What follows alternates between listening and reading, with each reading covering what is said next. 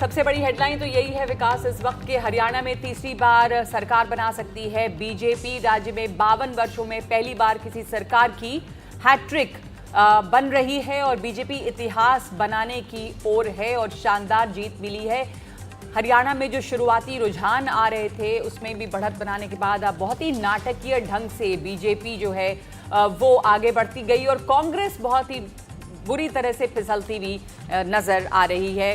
जम्मू कश्मीर में भी एनसी कांग्रेस की सरकार बननी जो है वो तय है, अब दिखाई दे रहा है और जम्मू कश्मीर में नेशनल कॉन्फ्रेंस की सरकार तय है। ये इससे भी साफ है कि उमर अब्दुल्ला बाहर आए और लोगों को उन्होंने हाथ हिलाया। तो अब दोपहर के 1 बज चुके हैं। जम्मू कश्मीर और हरियाणा में तस्वीर साफ होती जा रही है। बीजेपी इतिहास बना रही है हरियाणा में और यहाँ पर बीजेपी को 49 सीटें मिलती हुई नजर आ रही हैं। कांग्रेस को 34 सीटों पर बढ़त है और हरियाणा के शहरी इलाकों में विकास काफी ज्यादा बढ़त बनाई है बीजेपी ने। ज़बरदस्त बढ़त मिली है शहरी इलाकों में हरियाणा में। जबकि जम्मू कश्मीर की बात की जाए तो जम्मू रीजन में बीजेपी सबसे बड़ी पार्टी बनकर उभरी है, लेकिन अगर कश्मीर की बात की जाए, घाटी की बात की जाए तो वहाँ एनसी ने अपनी बढ़त बना के रखी हुई है। कांग्रेस के साथ मिलकर वो सरकार बनाने की ओर बढ़ चुकी है। हमारे साथ पूर्व सूचना और प्रसारण मंत्री, बीजेपी के बड़े नेता प्रकाश जावड़ेकर जी जुड़ गए हैं। प्रकाश जी, आपका बहुत बहुत स्वागत है।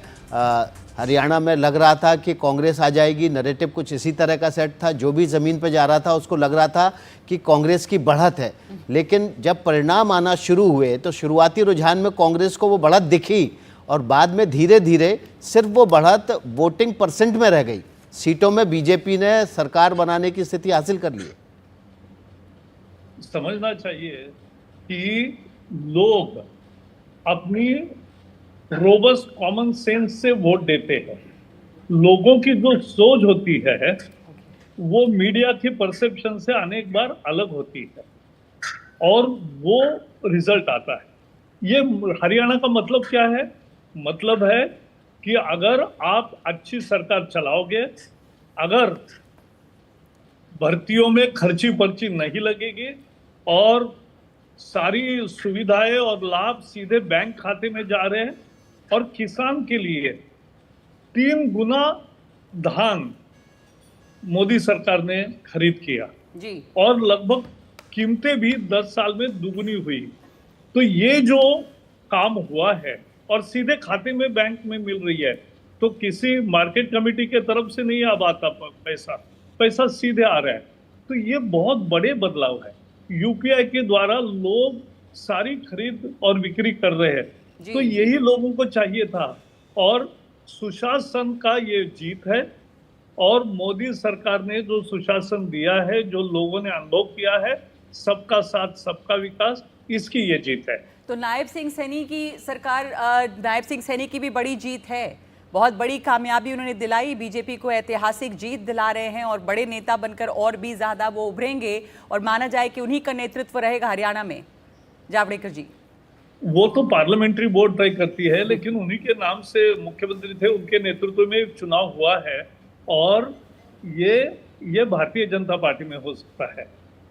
कांग्रेस में एक ही घराने से आए हुए लोग होते हैं, राज्यों में हो या केंद्र में हो, लेकिन ऐसा नहीं है। बीजेपी में नए नए युवाओं को, नए नए कार्यकर्ताओं को अवसर मिलता है और सभी सामान्य परिस्थिति से आए हैं और कोई मालदार घराने वाले कोई नहीं है ज्यादा।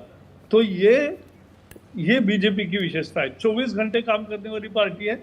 अब इतने चुनाव के धांधली में और 4 राज्यों में हम मेंबरशिप नहीं कर रहे, तो भी आज देश भर में 8 करोड़ से ज्यादा हमारे हो गए, तो ये 10 करोड़ के लगभग आ गए। तो ये जो है ना, पार्टी 24 घंटे काम करती है जी। ये लोगों तक सीधे पहुंचती है और इसका परिणाम है। कश्मीर का क्या अर्थ है? कश्मीर का अर्थ ये है कि 60% वोटिंग हुआ।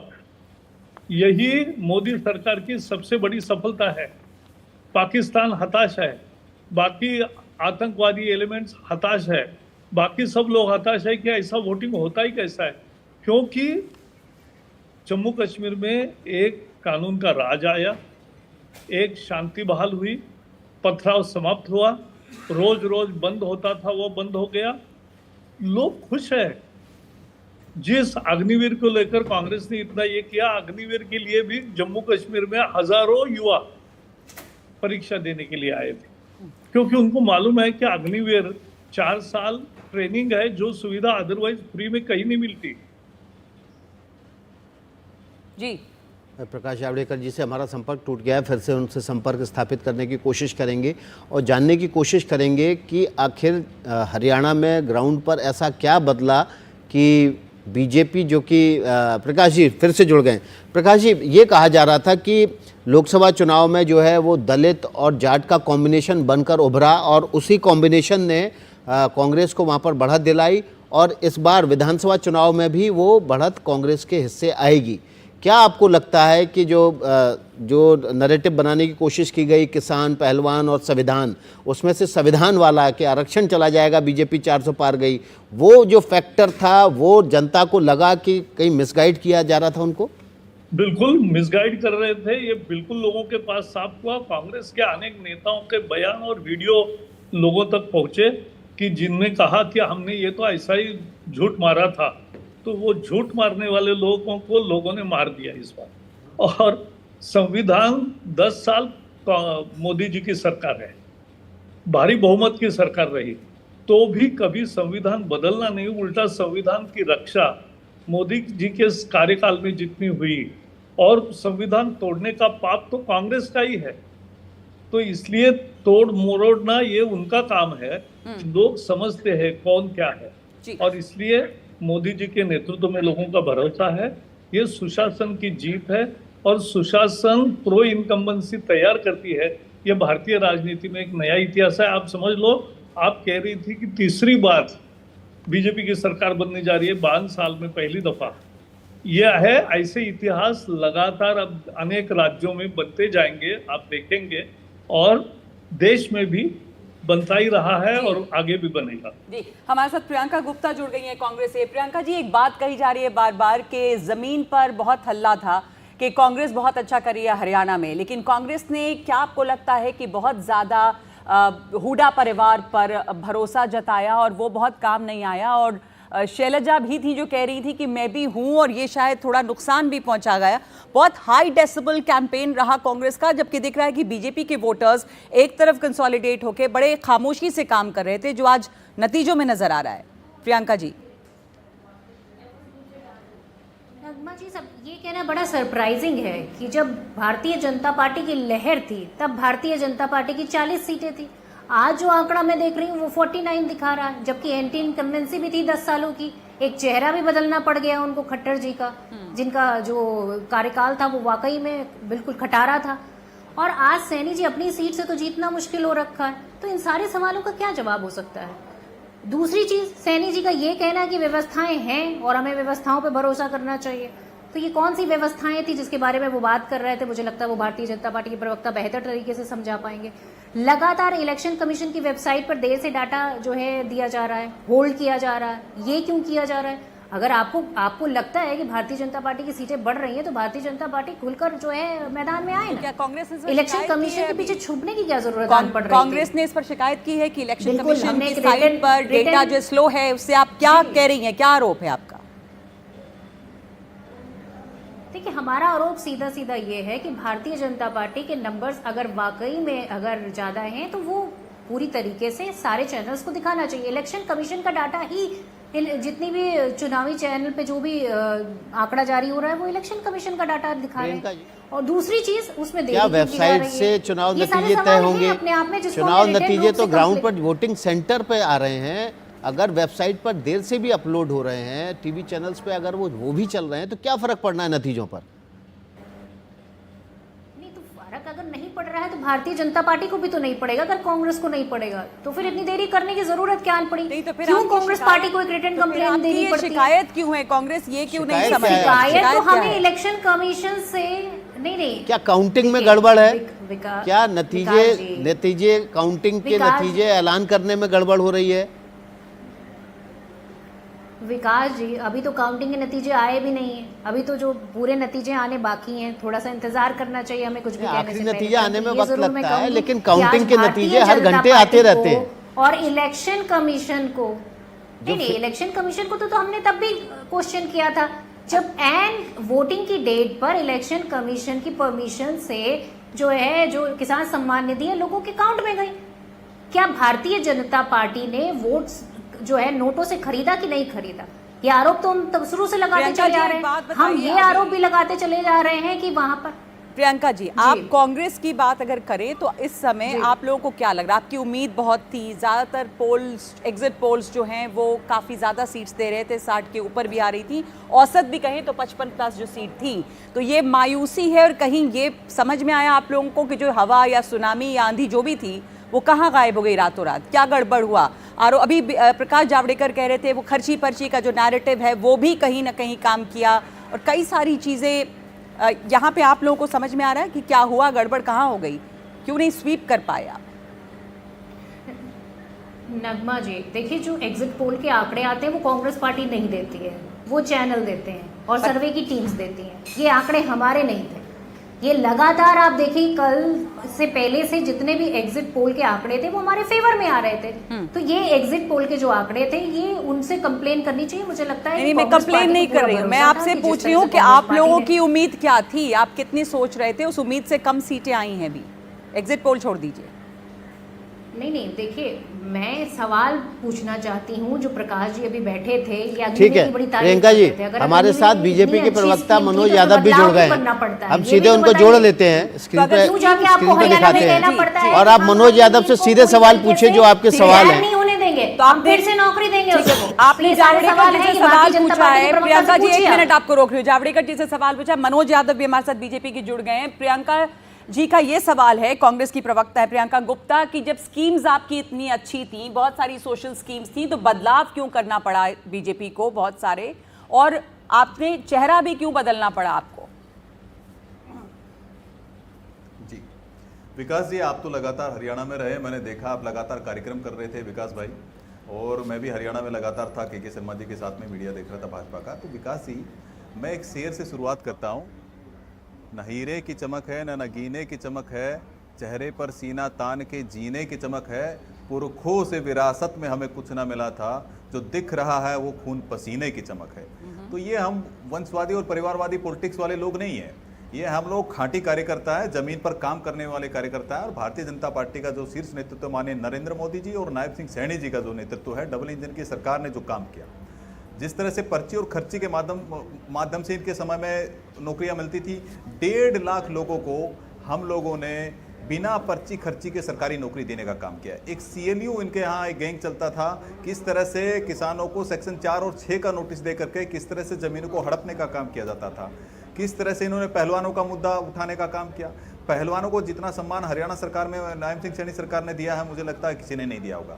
जहां तक किसानों की बात है तो 24 फसलों पर MSP देने का काम हमने ठीक है। अब तो चुनाव हो चुके, मनोज जी चुनाव हो चुके हैं। प्रियंका जी कुछ बोलना चाह रही है। प्रियंका जी तो विदेश की धरती पे बोलते थे कि हम आरक्षण खत्म कर देंगे। प्रियंका गुप्ता, देखिए, मैं इनसे पूछना चाहती हूँ, पहलवानों के मुद्दे पर बोलने के लिए मुंह भी बचा हुआ है इनके पास? जिस तरह का इंसिडेंट पूरे देश ने देखा कि पहलवानों को दिल्ली में जंतर मंतर पे किस तरह से घसीटा गया, किस तरह से रौंदा गया, आज भी उनका आरोपी खुला टहल रहा है, और आप पहलवानों के बारे में यहाँ पर बैठ कर प्रवचन दे रहे हैं। हकीकत तो ये है कि आपके पास मुंह नहीं है पहलवानों पे बोलने के लिए, और आप क्या बोलेंगे? आप बेरोजगारी पर बोल सकते हैं तो बोल के दिखाइए। तमाचा मारा है, आपको शर्म आनी चाहिए। बेरोजगारी पे आपके मुंह पे मारा है, विनोद फोगाट जीत चुकी हैं और आपके मुंह पर ही करारा तमाचा है, और अगर आपको समझ में नहीं आ रहा तो आपकी मति भ्रष्ट हो चुकी है। कर रहे हैं। लेकिन मैं पूछना चाहता हूं विकास जी, जरा इनसे पूछ लीजिएगा, जम्मू कश्मीर में भी वही इलेक्शन कमीशन है, जरा बताइए कि वहां पर जो उनके फैसले को मानेंगे कि नहीं मानेंगे? जी प्रियंका जी, जम्मू कश्मीर के नतीजे तेज रफ्तार से आ रहे हैं क्या? मैं पूछना चाहती हूँ, सिर्फ इतना बता दें कि इलेक्शन कमीशन की वेबसाइट ने क्यों होल्ड करके रखा हुआ था? हम लोग लीड कर रहे हैं। नहीं, आप बताइए, आंकड़ा होल्ड करने की जरूरत क्या पड़ी थी? अगर इतना ही सच था तो आंकड़ा जारी कर देना चाहिए था। राहुल गांधी, सवाल तो पूछना पड़ेगा ना, जवाब आपको देना पड़ेगा। इलेक्शन कमीशन आपके सारे पे काम कर रहा है कि नहीं कर रहा है? राहुल गांधी रूपी फ्यूज कंफ्यूज रिफ्यूज तो आप और हो चुके कंफ्यूज हैं। जो मिसाइल है और मिसाइल 52 बार जैसी बोल दी चीजों आपने की जो आप भाषा दोनों आप बार भी बोलते हैं वो आप ही को इस सूट बीच- करती है, सुनिए, कांग्रेस एक पार्टी को बात सूट नहीं करती इस आप तरह की दोनों भाषा। आज जो है नतीजे नहीं, आ रहे कितना हैं। आपको अब आप कितनी ये अच्छी आरोप भाषा बोलते हैं, प्रत्यारोप जो बोटी लगा रहे बोटी हैं कि काटने क्या की काम किया, भाषा क्या बोलते हैं, नहीं। डंडे से पीटने की भाषा बोलते हैं, प्रधानमंत्री जी को प्रियंका अपमानित गुप्ता, करने की भाषा आपने कहा बोलते हैं, उनकी पहलवानों- जाति सूचक शब्द बोलते हैं, तो ये बहुत अच्छी भाषा है आपकी। एक सेकंड होल्ड कीजिए प्लीज। आप दोनों एक दूसरे पर आरोप लगा रहे हैं। आज नतीजे साफ हैं। प्रियंका, ये सोचने का वक्त है, आप कह रहे हैं इनके लिए पहलवानों पर ये बात कैसे करेंगे, नौकरी कैसे दी। ये कह रहे हैं कि खर्ची पर्ची का जो मुद्दा था वो लोगों को समझ में आया और लोगों को नौकरियां दी गई। तो आप एम्प्लॉयमेंट की बात या आज ये आरोप लगाने के बजाय क्या ये नहीं सोचना चाहिए कि कांग्रेस के लिए क्या काम किया। बहुत सारे लोग जो ग्राउंड पे गए वो कह रहे हैं बहुत ज्यादा जाट पोलराइजेशन था और नॉन जाट पोलराइजेशन भी हो गया, और ये वजह थी कि शायद बीजेपी आज इस स्थिति में है। और कांग्रेस ने बहुत ही हाई डेसिबल कैंपेन किया था, इनके वोटर्स बहुत साइलेंटली इनके लिए काम कर रहे और वोट दे रहे थे। तो ये जी देखिए नगमा जी, मैं फिर से एक बात कहूंगी कि अभी बहुत जल्दबाजी होगी किसी भी चीज़ को कहना। हम इंतज़ार करेंगे, हमें पूरा भरोसा है कि जिस तरह का कैंपेन था हमारा, जिस तरह की हमने गारंटीज दी थी वो लोगों के बिल्कुल जो दिल के करीब थी, वो सारी गारंटीज थी। ठीक है। आज भी सरकारी नौकरियां और खाली पद पड़े हुए हैं वहां पर, जिनको भरने के लिए हम पूरी तरीके से प्रतिबद्ध हैं। हम सत्ता में आते हैं तो अपनी गारंटीज को पूरी तरीके से पूरा करेंगे और जनता के प्रति हमारी जो जिम्मेदारी है उसे हम पूरा करेंगे। ठीक है। यहाँ पे आपने जब वंशवाद की भी बात की थी तो हरियाणा की राजनीति में विकास आप जान रहे हैं, देखा आपने क्या वंशवाद तो पूरी तरह से हावी है। कहीं किसी का पोता पोती बेटे, दोनों ही पार्टियों में। दोनों ही पार्टियों में, तो इसलिए इसकी बात ही करना बेकार है। लेकिन इस वक्त जगदीप संधू भी हमारे साथ हैं जो वरिष्ठ पत्रकार हैं हरियाणा से। जगदीप जी, रातों रात हवा बदली जो हरियाणा में, या पहले से कहीं कि हवा किसी को समझ ही में नहीं आई थी कि क्या है, और वो जो सोशल इनिशिएटिव्स और बहुत सारे स्कीम्स थे, क्या वो बहुत काम किया बीजेपी के लिए? और जो बाकी नैरेटिव्स बन रहे थे, चाहे उसमें खर्ची पर्ची की बात हो जाए या जो किसान और पहलवान की बात उठ रही है। जगदीप जी। नगमा जी, जो नतीजे और रुझान अभी दिख रहे हैं उसमें कहा जा सकता है कि हरियाणा में ये जो अभी नैरेटिव जो भारतीय जनता पार्टी ने अपनी तरफ से स्थापित करने की कोशिश की और जो कांग्रेस का नैरेटिव था उस पे लोगों का उतना भरोसा नहीं रहा और भारतीय जनता पार्टी के नैरेटिव को लोगों ने एक्सेप्ट किया।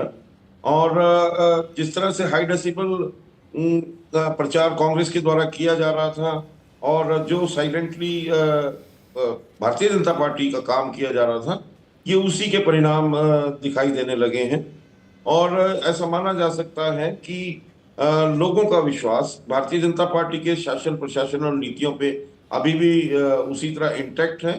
और जो कांग्रेस के द्वारा जिस प्रकार का विरोध किया जा रहा था और जिस तरह से विपक्ष की भूमिका के लिए कांग्रेस अपने आप को तैयार कर चुकी थी और किया था, उस पे लोगों का ज्यादा विश्वास बना नहीं है।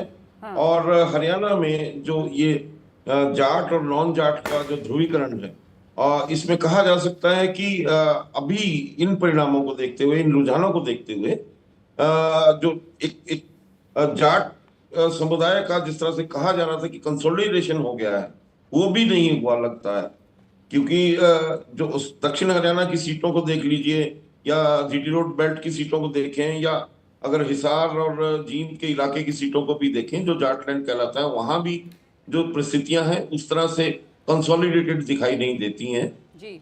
तो ये एक बड़ा उलटफेर हरियाणा की राजनीति में। और जल्दी से एक खबर दे दें, यहाँ पर आम आदमी पार्टी ने हरियाणा में अपना खाता तो नहीं खोला, उन्हें एक भी सीट फिर नहीं मिली, लेकिन जम्मू कश्मीर के चुनाव में आम आदमी पार्टी का खाता खुल गया है और डोडा से आम आदमी पार्टी के कैंडिडेट जो हैं वो जीत गए हैं। तो ये एक दिलचस्प खबर इस वक्त आ रही है कि जम्मू कश्मीर में आपने अपना खाता खोला है और उनके कैंडिडेट जो हैं वो डोडा से जीते हैं। महराज मलिक हैं आम आदमी पार्टी के उम्मीदवार जिन्होंने जीत दर्ज की है डोडा से और उन्होंने बीजेपी के कैंडिडेट को 4500 वोटों से हराया है। जम्मू कश्मीर में आम आदमी पार्टी ने खाता खोल लिया है, ये बड़ी खबर है इस वक्त की। हमारे साथ कश्मीर से वरिष्ठ पत्रकार भी जुड़े हुए हैं, तो मनीष श्रीवास्तव हमारे साथ जुड़े हैं कश्मीर से। कश्मीर में एक तो तय है कि सरकार जो है वो नेशनल कॉन्फ्रेंस और कांग्रेस की बन रही है। इल्तिजा मुफ्ती ने जो अपना पोस्ट डाला और अपनी हार स्वीकार की, उन्होंने पीडीपी के लिए जिस तरह का नुकसान हुआ है क्या कारण है इतना एंटी बीजेपी वोट के लिए? बेसिकली जो 2014 में पीडीपी बीजेपी की सरकार बनाई थी, उसके बाद से पीडीपी का काफ़ी विद्रोह हुआ और किन पार्टी के बड़े नेता पार्टी छोड़ के चले गए, और इस चुनाव में वो ज़मीनी स्तर पे वो बात पहुंची कि पीडीपी बीजेपी के साथ जा सकती है। और नेशनल कॉन्फ्रेंस ने कहीं ना कहीं ये बात ज़मीनी स्तर पे पहुंचाने कामयाबी के साथ पहुंचाई कि वो बीजेपी के साथ नहीं जाएगी, क्योंकि जिसने बीजेपी के साथ हाथ मिलाया उन सभी को कहीं ना कहीं लोगों की नाराज़गी का सामना करना पड़ा है कश्मीर डिवीज़न में। जैसे अपनी पार्टी पीपल्स कॉन्फ्रेंस और इंजीनियर राशिद का भी हम देख रहे हैं कि जिस तरह तरीके से बताया जा रहा था कि इंजीनियर राशिद काफ़ी सीटों पर असर डाल सकते हैं, वैसा नहीं हुआ। लोकसभा चुनाव में इंजीनियर राशिद की जीत हुई थी, उन्होंने उमर अब्दुल्ला को हराया, लेकिन इस चुनाव में साफ नज़र आ रहा है कि वो कहीं दिख नहीं रहे। तो ये साफ है कि जो कश्मीर घाटी में लोग बीजेपी को पसंद नहीं करते और उन लोगों को भी पसंद नहीं कर रहे जो बीजेपी के साथ हाथ मिला रहे हैं। और इंडिपेंडेंस की क्या खबर इस वक्त मनु श्रीवास्तव जी? जी नगमा जी, इंडिपेंडेंस लोग कुछ सीटों पे नज़र आ रहे हैं, उनमें कुछ जम्मू के सीटें भी हैं, जिसमें एक बनी सीट है और एक है छम का मैं इसलिए जिक्र करूँगा, छम से कांग्रेस के एक दिग्गज नेता हैं तारा चंद, वो उमर अब्दुल्ला सरकार में डिप्टी सीएम हुआ करते थे, वो हार गए हैं और तीसरे नंबर पे आए हैं। इसी तरह से बनी में इंडिपेंडेंट है, वो जीते हैं। ये दोनों सीटें जम्मू रीजन में, और जम्मू रीजन में भी इंडिपेंडेंट जीते हैं 2-3 सीटों पे, और कश्मीर घाटी से भी कुछ 2-3 सीटों पे आगे चल रहे हैं। लेकिन सबसे बड़ी जो इस चुनाव की बात है वो है कांग्रेस का बुरा प्रदर्शन। लगभग 2014 में जो प्रदर्शन कांग्रेस ने किया था उससे भी बदतर प्रदर्शन किया है कांग्रेस ने इस बार। 2014 में कांग्रेस ने 12 सीटें जीती थी, लेकिन एक भी सीट हिंदू बेल्ट से नहीं जीत पाई थी कांग्रेस, जो जिन्हें हम मैदानी इलाका भी बोलते हैं। जम्मू, कठुआ, उधमपुर, सांबा और रियासी जो ज़िले हैं ये हिंदू बहुल इलाके हैं। तो 2014 में भी कांग्रेस यहाँ पे कुछ नहीं कर पाई थी, और बड़े ही आश्चर्य की बात है कि इस बार भी कांग्रेस कुछ नहीं कर पाई और एक भी हिंदू उम्मीदवार कांग्रेस का नहीं जीता है। तो ये जो भविष्य की जो सरकार बनने वाली है उसके लिए भी एक बड़ा प्रश्न चिन्ह है, क्योंकि जो नेशनल कॉन्फ्रेंस के भी उम्मीदवार जीते हैं वो सारे लगभग मुस्लिम हैं, और सिवाय एक उम्मीदवार को छोड़ के जो नौशहरा से जीते हैं, जिन्होंने बीजेपी के स्टेट प्रेसिडेंट रविंदर रैना को हराया है, बाकी सब मुस्लिम हैं। और इसी तरह से कांग्रेस का भी कोई भी उम्मीदवार नहीं जीत पाया है हिंदू। तो ये कांग्रेस के लिए एक खतरे की घंटी है, क्योंकि कांग्रेस जम्मू रीजन में सिमटती जा रही है। जी नगमा जी। जी प्रियंका, आपके लिए खतरे की घंटी, आपके ऊपर एक तरह से मुस्लिम पार्टी का चस्पा लग गया है वहां पर। देखिए, मुझे लगता है कि हिंदू मुसलमान में बांटने के सिवा बीजेपी के पास कोई काम नहीं है। और ये तो पत्रकार हैं जिन्होंने ये बात कही आ रही, और फिर उसके बाद क्या, नहीं, बीजेपी का ही नैरेटिव है जो पत्रकार उसको पूरी तरीके से फिर से कह रहे हैं। तो बीजेपी का ये तो नतीजों का विश्लेषण कर रहे हैं प्रियंका जी, जो नतीजे आए हैं उसका विश्लेषण कर रहे हैं। हम अपने देश में सरकार बनाएंगे, उसको भी डिवाइड करके बनाएंगे कि कौन हिंदू की सरकार बनी है, कौन मुसलमान की बनी है। तो मुझे लगता है कि कम से कम इन चीजों से बचना चाहिए। और फिर प्रधानमंत्री जी जाके मंचों से कहेंगे कि आप बटोगे तो बांटने वाले खुशियां मनाएंगे और बटोगे तो कटोगे, ये उत्तर प्रदेश के मुख्यमंत्री बोलेंगे। तो ये बांटने वाली चीजें मुझे लगता है इसको कम करके और हमें देश में एकता का संदेश देना चाहिए। हम अगर वहां जीत रहे हैं तो वहां की जनता का धन्यवाद, कांग्रेस ने प्रदर्शन अच्छा नहीं किया प्रियंका वहां की जनता को समझने की जरूरत है। कांग्रेस का प्रदर्शन खराब रहा है, एनसी ने प्रदर्शन अच्छा किया। देखिए, मुझे लगता है कि कांग्रेस जितनी भी सीटों पर लड़ी है पूरी तरीके से अपनी गारंटियों के साथ लड़ी है। जनता ने हमें जितना भी विश्वास किया है हम उसके सर माथे पर लेते हैं और धन्यवाद देते हैं। परंतु ये पूछना चाहती, इससे पहले तो भारतीय जनता पार्टी की सरकार थी, वहां पे पीडीपी के साथ चला रही थी, तब किसी सरकार थी? तब वो मुसलमानों की सरकार नहीं थी क्या?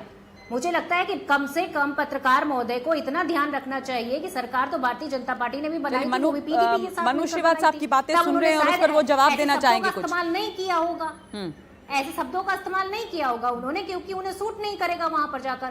आज कांग्रेस की सरकार बन रही है तो उन्हें ये सारी चीजें दिखाई दे रही है। तो मुझे लगता है कि कम से कम आज देश में जो प्रतिष्ठित पत्रकार बैठे हुए हैं उनकी जिम्मेदारी बनती है अपनी जिम्मेदारी को निर्वहन करना। मनीष श्रीवास्तव कहा है, मनु श्रीवास्तव का जवाब प्रियंका जी, मनीष श्रीवास्तव की बात सुन लेते हैं। उसको प्रियंका एक मिनट आपकी आवाज कम कर रही हूँ।